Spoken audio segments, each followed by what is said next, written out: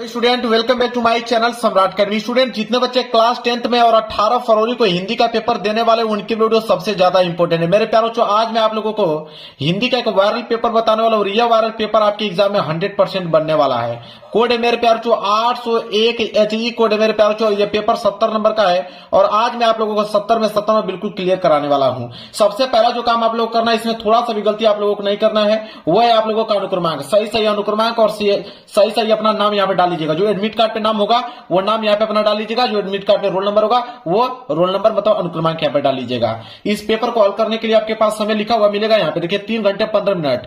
3 घंटे 15 मिनट के अंदर इस पेपर को सॉल्व कर दोगे, इस बात का दावा करता हूं मेरे प्यारों। और हिंदी में मेरे प्यारों ओवरऑल की अगर हम बात करें तो 95% मार्क्स बिल्कुल आप लोगों का इस वीडियो से क्लियर हो जाएगा, क्योंकि ये पेपर आने वाला है। सबसे पहला जो काम करना है आप लोगों को, समय निकालकर निर्देश आप लोगों को पढ़ लेना है। और पहला निर्देश है कि प्रारंभ के 15 मिनट परीक्षार्थियों को प्रश्न पत्र पढ़ने के लिए निर्धारित है। बोल दिया ऑलरेडी आप लोगों को कि 15 मिनट आपको टाइम दिया जाएगा इस पेपर को पढ़ने के लिए। जब आपको पेपर मिलेगा 18 फरवरी को तो पूरा का पूरा इस पेपर को पढ़ लीजिएगा। इसके बाद आपके पास शेष टाइम बचेगा 3 घंटे। 3 घंटे के अंदर इस पेपर को आप लोगों को सॉल्व करना होगा। इसके बाद दूसरा निर्देश है कि प्रश्न पत्र 2 खंडों में खंड अ तथा खंड ब में विभाजित है। यह पेपर जो बना हुआ है 2 खंडों में दिया हुआ है। एक तो आएगा सबसे पहले खंड अ, इसके बाद आएगा खंड ब। चलिए देखते हैं खंड अ में क्या दिया हुआ है। तो देखिए लिखा है कि प्रश्न पत्र के खंड अ में बहुविकल्पीय प्रश्न है, जिसमें सही विकल्प का चयन करके OMR शीट पर नीले अथवा काले बॉल पॉइंट पेन से सही विकल्प वाले गोले को पूर्ण रूप से काला करें। कहने का मतलब मेरे प्यारों कि खंड अ में जो रहेंगे वो बहुविकल्पीय प्रश्न रहेंगे। कितना बहुविकल्पीय प्रश्न दिया है इसमें? 20 बहुविकल्पीय प्रश्न दिया है। उनका उत्तर आपको OMR शीट पे करना होगा। आप नीले पेन का यूज कर सकते हो या काले पेन का यूज कर सकते हो। रंगने के लिए पेन आपका बॉल पॉइंट पेन होना चाहिए। जेल वाली पेन का इस्तेमाल आप लोगों को बिल्कुल नहीं करना है। आगे अगर हम बात करें चौथे निर्देश की तरफ, तो बोला खंड अ में बहुविकल्पीय प्रश्न हेतु प्रत्येक प्रश्न के लिए 1 अंक निर्धारित है। कह रहा है कि जो ऑब्जेक्टिव प्रश्न दिया है, कह रहा है कि एक प्रश्न 1 नंबर के लिए पूछा गया है। कहने का मतलब है कि 20 बहुविकल्पीय प्रश्न है, कितने नंबर के लिए? 20 नंबर के लिए। यहां तक क्लियर हो गया आप लोगों को। इसके बाद आगे बढ़ते हैं। देखिए 5वां निर्देश है कि प्रश्न पत्र के खंड अ के प्रश्न हेतु 1 घंटा तथा खंड ब के प्रश्नों को हल करने हेतु 2 घंटे का समय निर्धारित है। मेरे प्यार बच्चों, खंड अ जिसमें 20 बहुविकल्पीय प्रश्न दिया है, बोला है कि उसको हल करने के लिए 1 घंटे समय आपको लगेंगे। मतलब 1 घंटे का समय दिया गया है। तो क्या 1 घंटा लगेगा आपको? नहीं, अधिक से अधिक लगेंगे तो 5 मिनट लगेंगे। 5 मिनट के अंदर सारे के सारे ऑब्जेक्टिव क्वेश्चन को कर डालोगे। बाकी जितना भी समय आपके पास बचेगा पूरा का पूरा खंड ब में लगा दीजिएगा हल करने के लिए। अच्छे तरीके से अच्छी राइटिंग थोड़ा बनाकर लिखिएगा। लास्ट निर्देश है कि प्रत्येक प्रश्न के सम्मुख उनके निर्धारित अंक दिए गए हैं। हर एक प्रश्न के आगे लिखा हुआ मिलेगा कि प्रश्न 1 नंबर का है, कि 2 नंबर का है, कि 4 नंबर का है, कि 6 नंबर का है। जितना भी नंबर का कोई भी प्रश्न होगा उसके सामने लिखा हुआ मिलेगा। तो मेरे प्यारों बच्चों, बहुत कम समय में पूरा डिटेल में मैंने इस निर्देश को आप लोगों को समझा दिया। पेपर आप लोगों का जो स्टार्ट हो रहा है वो इधर से पेपर स्टार्ट हो रहा है। मैं पेपर आप लोगों को दिखाता हूं। मेरे प्यारे बच्चों, पेपर आप लोगों के यहां से स्टार्ट हो रहा है। सबसे पहले आया है खंड अ, और खंड अ में रहेंगे बहुविकल्पीय प्रश्न। कितने बहुविकल्पीय प्रश्न? 20 बहुविकल्पीय प्रश्न रहेंगे। पहला ही प्रश्न देखिए, इस प्रश्न को कई बार मैं करा चुका हूं और पहला प्रश्न पूछा गया है कि हिंदी साहित्य के जो श्रेष्ठ निबंधकार, आलोचक एवं इतिहासकार के रूप में जाने जाते हैं, तो इनमें से कौन जाने जाते हैं श्रेष्ठ निबंधकार, आलोचक, इतिहासकार के रूप में? और यह प्रश्न कितने नंबर के लिए? 1 नंबर के लिए मेरे प्यारे बच्चों।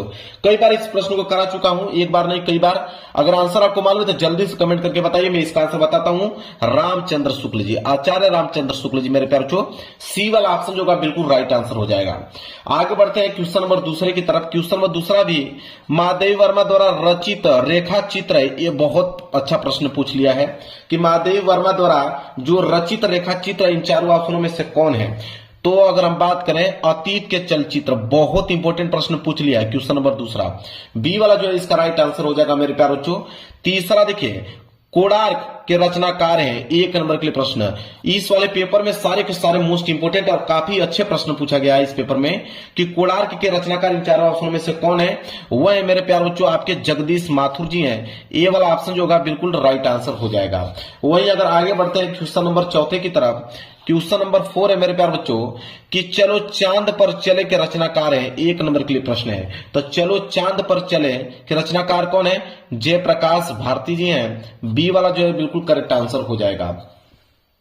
चलिए आगे बढ़ते हैं क्वेश्चन 5वें की तरफ। कह रहा है कि तूफानों के बीच रचना की विधा है। मतलब कि तूफानों के बीच एक रचना है और यह रचना किस विधा की रचना है, यह पूछा है क्वेश्चन में। 1 नंबर के लिए प्रश्न है मेरे प्यारे बच्चों। तो इसका आंसर हो जाएगा किस विधा की रचना है, रिपोर्टाज विधा की रचना है। यहाँ पे डी वाला ऑप्शन जो होगा बिल्कुल राइट आंसर हो जाएगा। क्वेश्चन नंबर 6 है कि केशवदास किस काल के कवि है, 1 नंबर के लिए प्रश्न है। तो केशवदास किस काल के कवि है, तो मेरे प्यारे बच्चों वो है आपके रीतिकाल, बी वाला ऑप्शन जो होगा बिल्कुल राइट आंसर हो जाएगा। अगला है 7वां, भारत भारती के रचनाकार है, 1 नंबर के लिए प्रश्न है मेरे प्यारे बच्चों। तो भारत भारती के रचनाकार आपके मैथिली शरण गुप्त जी हैं, ए वाला जो है बिल्कुल करेक्ट आंसर हो जाएगा। चलिए आगे बढ़ते हैं प्रश्न संख्या 8वें की तरफ। देखिए मेरे प्यारे बच्चों प्रश्न संख्या 8वां है, कह रहा है कि भारतेंदु युग की समय अवधि है, 1 नंबर के लिए प्रश्न है कि भारतेंदु युग की समय अवधि कितनी मानी जाती है। तो सन 1868 ईस्वी से लेकर सन 1900 ईस्वी तक ये जो काल अवधि मानी जाती है भारतेंदु युग की काल अवधि या समय अवधि मानी जाती है। प्रश्न संख्या 9 है कि सुमित्रानंद पंत की रचना नहीं है, 1 नंबर के लिए प्रश्न है। बहुत प्यारा प्रश्न पूछ दिया मेरे प्यारे बच्चों। तो सुमित्रानंद पंत की रचना इन चारों ऑप्शन में से कौन है, कामायनी। कामायनी जो है वो सुमित्रानंद पंत की रचना नहीं है। इसके बाद प्रश्न संख्या 10वां कि रीति मुक्त काव्य धारा के कवि है, 1 नंबर के लिए प्रश्न है कि रीति मुक्त काव्य धारा के कवि इन चारों ऑप्शनों में से कौन है, वह है आपके घनानंद जी। डी वाला ऑप्शन जो होगा बिल्कुल करेक्ट आंसर हो जाएगा। आगे बढ़ते हैं प्रश्न संख्या 11, कह रहा कि हाँ रघुवंदन प्रेम परिते तुम बिन जियत बहुत दिन बीते, उपयुक्त पंक्ति में रस है, मतलब किस रस का प्रयोग किया गया इस पंक्ति में मेरे प्यारे बच्चों। तो इस पंक्ति की अगर हम बात करें तो इसमें करुण रस का प्रयोग किया गया है, इसलिए सी वाला जो होगा बिल्कुल करेक्ट आंसर हो जाएगा। क्वेश्चन नंबर 12 कह रहा हूं कि जो आंखनी सब देखी आंख न देखी जाही, उपयुक्त पंक्ति में कौन सा अलंकार है, मतलब इस पंक्ति में किस अलंकार का प्रयोग किया गया है। तो इसमें अगर अलंकार की हम बात करें तो उत्प्रेक्षा अलंकार का प्रयोग किया गया है, डी वाला जो है बिल्कुल करेक्ट आंसर हो जाएगा। अगला है प्रश्न संख्या 13 कि सोरठा छंद के पहले एवं तीसरे चरण में मात्राएं होती है, 1 नंबर के लिए प्रश्न है। तो अगर सोरठा अगर छंद की अगर हम बात करें तो पहले और तीसरे चरण में कितनी मात्राएं होती हैं, 11 मात्राएं होती हैं, इसलिए सी वाला जो होगा बिल्कुल करेक्ट आंसर हो जाएगा।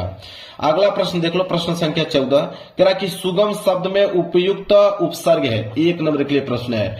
तो सुगम उपसर्ग का मतलब जो आगे जुड़ता है, अगर इसको तोड़ोगे तो हो जाएगा सु धन गम के रूप में टूटेगा।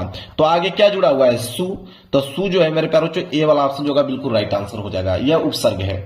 आगे बढ़ेंगे क्वेश्चन संख्या 15 की तरफ। चलिए आगे बढ़ते हैं प्रश्न संख्या 15वां देखिए क्या है, कह रहा है कि नवरत्न में समास है। तो नवरत्न में समास है, 1 नंबर के लिए प्रश्न है। तो इसमें द्विगु समास है मेरे प्यारे बच्चों, बी वाला जो है बिल्कुल राइट आंसर हो जाएगा। इस प्रश्न को भी कई बार करा चुका हूं मैं।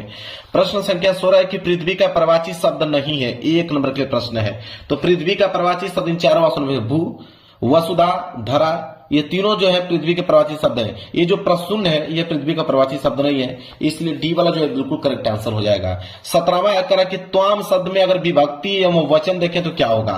तो त्वाम जो शब्द है मेरे प्यारे बच्चों वो जो है मेरे प्यारे बच्चों वो द्वितीय विभक्ति और एक वचन का रूप है त्वाम, इसलिए ए वाला जो है बिल्कुल राइट आंसर हो जाएगा। 18वां है कि अर्थ के आधार पर वाक्य के कितने भेद होते हैं, 1 नंबर के लिए प्रश्न है। तो अर्थ के आधार पर वाक्य की अगर हम बात करें 8 भेद होते हैं मेरे प्यारे बच्चों। 8 का मतलब यहाँ पे बी वाला जो है बिल्कुल राइट आंसर हो जाएगा। इसके बाद 19वां प्रश्न करा कृतवाच्य में प्रधानता होती है, 1 नंबर के लिए प्रश्न है। तो कृतवाच्य में प्रधानता किसकी होती है, कर्ता की होती है। यहाँ पे सी वाला जो है बिल्कुल करेक्ट आंसर हो जाएगा। आगे बढ़ेंगे प्रश्न संख्या 20वें की तरफ, कह रहा जिनके अलग अलग रूप वाक्यों में मिलते हैं वे पद कहलाते हैं, 1 नंबर के लिए प्रश्न है। तो जिनके अलग अलग रूप वाक्यों में मिलते हैं वे पद क्या कहलाते हैं, विकारी पद कहलाते हैं। विकारी पद मतलब ए वाला ऑप्शन जो है बिल्कुल करेक्ट आंसर हो जाएगा। तो मैंने बिल्कुल कम समय में 20 के 20 बहुविकल्पीय प्रश्न आप लोगों को बता दिया और 20 के 20 बहुविकल्पीय प्रश्न आप लोगों को बिल्कुल सही करके आना है, एक प्रश्न भी छोड़ना नहीं है मेरे प्यारे बच्चों। चलिए खंड अ समाप्त हो गया, इधर देखते हैं खंड ब। चलिए अब स्टार्ट होगा यहां से खंड ब, और खंड ब में मेरे प्यारे बच्चों सारे के सारे वर्णनात्मक प्रश्न रहेंगे। प्रश्न 20 के बाद प्रश्न आ गया 21वां। देखिए 21वां प्रश्न क्या पूछा है, कह रहा है कि निम्नलिखित गद्यांश पर आधारित दिए गए प्रश्नों को उत्तर दीजिए। गद्यांश आ गया है, गद्यांश 6 नंबर के लिए पूछा है मेरे प्यारे बच्चों। और यहाँ पे 2 गद्यांश है, एक क वाला दिया है, कह रहा है कि क वाला नहीं अगर कर पाओगे तो अथवा करके आपको नीचे ख वाला दिया गया, दोनों में से कोई एक ही करना है। मैं आंसर दोनों को बता देता हूं, याद कर लेना, जो आसान लगेगा वो उसको करके आना है आप। तो पहले क वाला देखिए क्या है, क वाला है कि जो वृद्ध हो गए हैं, जो अपनी बाल्यावस्था और तरुणावस्था से दूर हट आए हैं, उन्हें अपने अतीत काल की स्मृति बड़ी सुखद लगती है। वे अतीत का ही स्वप्न देखते हैं। तरुणों के लिए जैसे भविष्य उज्जवल होता है, वैसे ही वृद्धों के लिए अतीत वर्तमान से दोनों को असंतोष होता है। तरुण भविष्य को वर्तमान में लाना चाहते हैं और वृद्ध जो होते हैं अतीत को खींचकर वर्तमान में देखना चाहते हैं। तरुण क्रांति के समर्थक होते हैं और वृद्ध जो होते हैं अतीत गौरव के संरक्षक। इन्हीं दोनों के कारण वर्तमान सदैव क्षुब्ध रहता है और इसी से वर्तमान काल सदैव सुधारों का काल बना रहता है। यह मेरे प्यारे बच्चों दिया हुआ है गद्यांश। इसके नीचे 3 प्रश्न है। पहला प्रश्न है कि उपयुक्त अवतरण के पाठ और लेखक का नाम लिखिए, 2 नंबर मिलेगा। ठीक है, चलिए इसका हम लोग सलूशन देखते हैं। देखिए प्रश्न संख्या 21 का क और उसमें भी पहला हम लोग उत्तर संदर्भ देख रहे हैं। तो इसका उत्तर होगा कि प्रस्तुत गद्यांश हमारी पाठ्य पुस्तक हिंदी के गद्य खंड में संकलित क्या लिखूं शीर्षक से उद्धृत और इसके लेखक श्री पद्मलाल पूनालाल बख्शी जी हैं। मतलब क्या लिखूं इस चैप्टर से लिया गया है और इसके लेखक कौन है? पद्मलाल पूनालाल बख्शी जी। बस इतना ही पॉइंट आपको लिखना है, 2 नंबर आप लोगों को मिल जाएगा। दूसरा है कि रेखांकित अंश की व्याख्या कीजिए, 2 नंबर। जहां तक अंडरलाइन किया गया है तो अंडरलाइन यहां से स्टार्ट है, यहां से लेकर यहां तक अंडरलाइन किया गया। इसका हमें व्याख्या बताना है कि तरुणों के लिए जैसे भविष्य उज्जवल होता है, वैसे ही वृद्धों के लिए अतीत वर्तमान से दोनों को असंतोष होता है। तरुण भविष्य को वर्तमान में लाना चाहते हैं और जो वृद्ध होते हैं वो अतीत को खींचकर वर्तमान में देखना चाहते हैं। इसका हमें व्याख्या बताना है। चलिए व्याख्या नोट कीजिए। दूसरे का आप हेडिंग डाल लीजिएगा, रेखांकित अंश की व्याख्या हेडिंग डालने के बाद लिखिएगा कि युवा चाहता है कि उसका भविष्य जो है किसी भी तरह से उसके वर्तमान में उतर आए, जबकि वृद्ध अपने बीते हुए समय को खींचकर वर्तमान में लाना चाहता है। युवा जो होता है प्राचीन परंपराओं में क्रांति लाना चाहता है, वे परिवर्तन के समर्थक होते हैं। इसके विपरीत वृद्ध जो होते हैं अतीत की महान परंपराओं और मूल्यों को बनाए रखना चाहते हैं। यह उस रेखांकित अंश का व्याख्या हो गया। मेरे प्यार को नोट कर लो, 2 नंबर यहां से मिल गया आप लोगों को। तीसरा है कि लेखक ने वर्तमान काल को सुधारों का काल क्यों कहा है, 2 नंबर इस पे भी मिलेगा। तो इसका भी आंसर लिखना पड़ेगा। तीसरे का उत्तर लिखिए कि वर्तमान एक वरदान के प्रकार मनुष्य के जीवन में सुधारों का काल होता है, लेकिन जो वृद्ध होता है, अब वृद्ध और युवा दोनों ही अपने वर्तमान से नाराज हैं। तरुण भविष्य को वर्तमान में खींच कर लाना चाहते हैं, जबकि वृद्ध जो होते हैं अतीत को वर्तमान में देखना चाहते हैं। क्लियर हो गया? चलिए तीनों प्रश्नों का उत्तर मैंने बता दिया। अगर ये क वाला गद्यांश नहीं करना चाहते कोई दिक्कत नहीं, आप ख वाला कर सकते हो। ख वाला है कि ईर्ष्या का संबंध प्रतिद्वंदिता से होता है, क्योंकि भिखमंगा करोड़पति से ईर्ष्या नहीं करता। यह एक ऐसी बात है जो ईर्ष्या के पक्ष में भी पड़ सकती है, क्योंकि प्रतिद्वंदिता से भी मनुष्य का विकास होता है। किंतु अगर आप संसार व्यापी सुयश चाहते हैं तो आप रसेल के मतानुसार शायद नेपोलियन से स्पर्धा करेंगे। मगर याद रखिए कि नेपोलियन भी सीजर से स्पर्धा करता था और सीजर सिकंदर से, तथा सिकंदर हरकुलस से, जिस हरकुलस के बारे में इतिहासकारों का यह मत है कि वह कभी पैदा ही नहीं हुआ। यह दिया हुआ है गद्यांश। इसके नीचे भी 3 प्रश्न में दिखाता हूं आप लोगों को। देखिए इसके नीचे 3 प्रश्न है। पहला है कि उपयुक्त अवतरण के पाठ और लेखक का नाम लिखिए, 2 नंबर यहां से मिलेगा। चलिए इसका उत्तर देख लीजिए।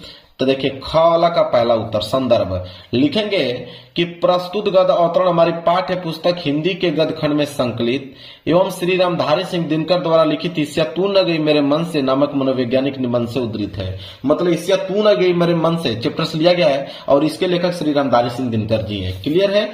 चलिए दूसरा है रेखांकित अंश की व्याख्या कीजिए, 2 नंबर। जहां तक अंडरलाइन किया गया था मैं दिखाता हूं आप लोगों को।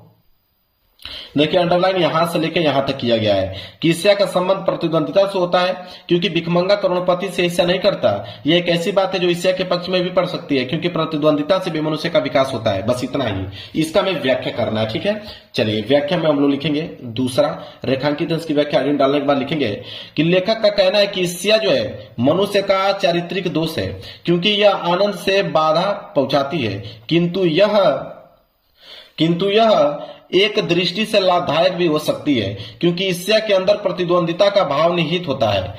ईर्ष्यावश मनुष्य किसी दूसरे से स्पर्धा करता है और ईर्ष्या कारण वह अपने जीवन स्तर को विकसित करता है। यहाँ यह बात विचार करने योग्य है कि स्पर्धा समान स्तर से नहीं अपितु अपने से ही कुछ अधिक स्तर रखने वाले व्यक्ति से की जानी चाहिए। यही कारण है कि भिक्षा जो होता है वृत्ति पर जीवन यापन करने वाले व्यक्ति किसी करोड़पति से ईर्ष्या नहीं करता, और स्पर्धा और प्रतिद्वंदिता से संबंध यही एक बात ईर्ष्या को उचित भी ठहरा सकती है, क्योंकि स्पर्धा से भी कोई भी मनुष्य उन्नति के पथ पर अग्रसर होता है। क्लियर है? चलिए अब आगे बढ़ेंगे। देखिए एक प्रश्न और बचा है तीसरा कि लेखक के अनुसार प्रतिद्वंदिता का सकारात्मक पक्ष क्या है। 2 नंबर इस पे भी मिलेगा, तो इसका भी आंसर हम लोग लिखेंगे तीसरे का कि लेखक के अनुसार प्रतिद्वंदिता का सकारात्मक पक्ष यह है कि प्रतिद्वंदिता के कारण मनुष्य के मन में विकास करने की इच्छा जाग उठती है और वह विकास की दिशा में सकारात्मक प्रयास करता है। ठीक है, तीनों प्रश्नों का मैंने उत्तर बता दिया, नोट कर लो। अब आएगा प्रश्न संख्या 22। प्रश्न संख्या 22 है मेरे प्यारे बच्चों कि निम्नलिखित पद्यांश पर आधारित 3 प्रश्नों के उत्तर दीजिए। पद्यांश आ गया, पद्यांश भी 6 नंबर के लिए ही पूछा जाता है। इसमें भी आपके क दिया हुआ है और कह रहा है कि क नहीं कर पाओगे तो अथवा करके एक दिया हुआ है ऑप्शन ख वाला। दोनों में इसको ये कही करना है।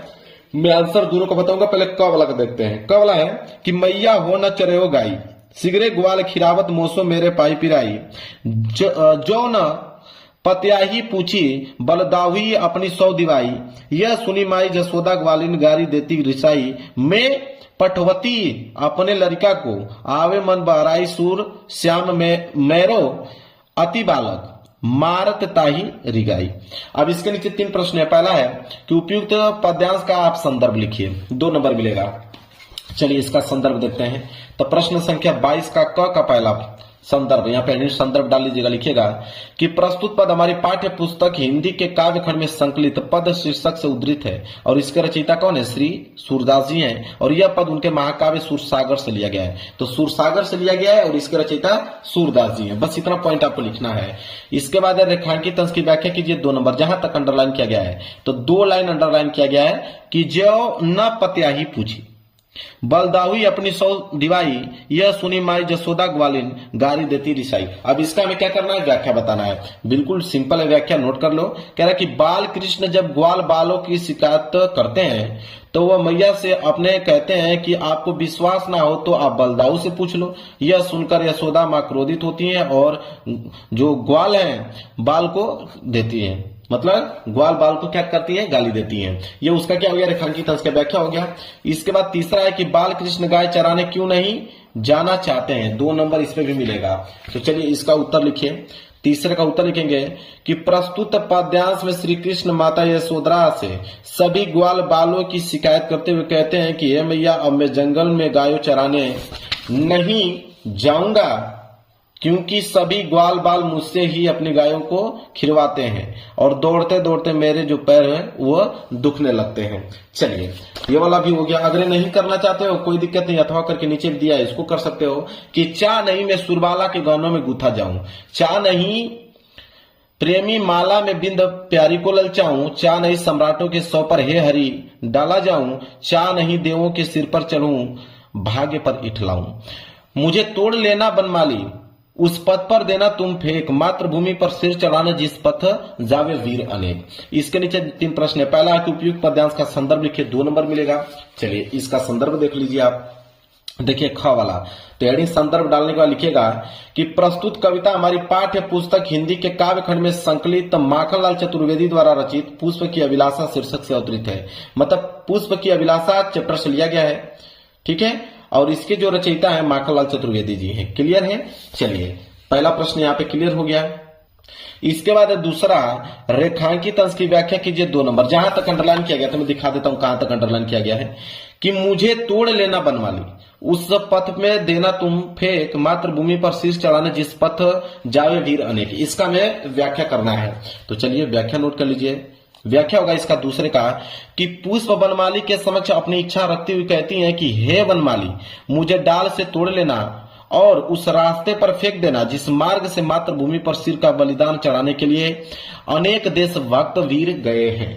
बस इतना ही पॉइंट आपको लिखना है। रेखांकित अंश की व्याख्या यहाँ पे हो गई कंप्लीट।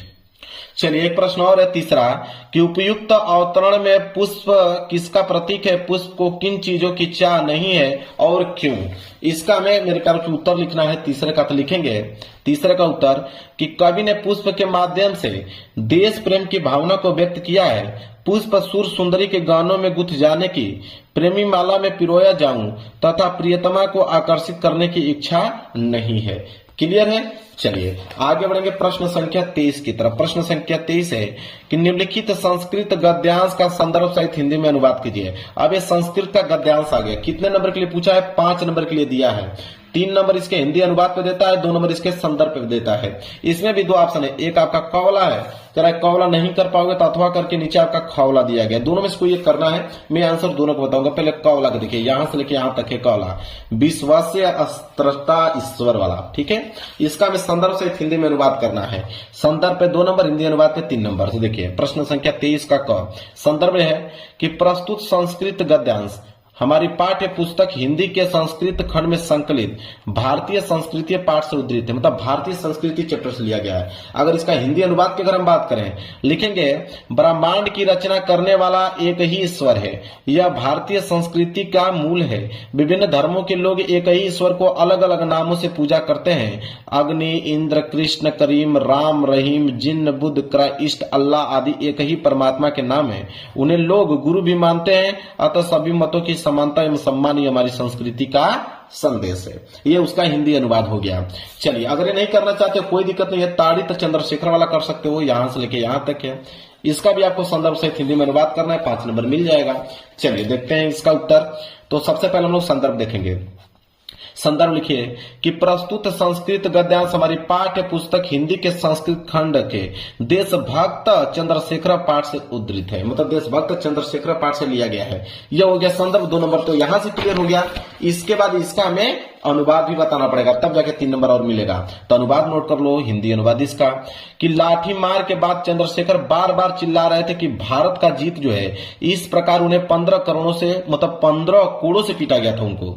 जब चंद्रशेखर जेल से आजाद होकर बाहर आए तो सभी लोगों ने उन्हें घेर लिया और कई बच्चे उनके पैरों में गिर पड़े और फूल मालाएं पहनाकर उनका स्वागत किया। ये उसका हिंदी अनुवाद हो गया। क्लियर है? चलिए अब आगे बढ़ेंगे। प्रश्न संख्या 24।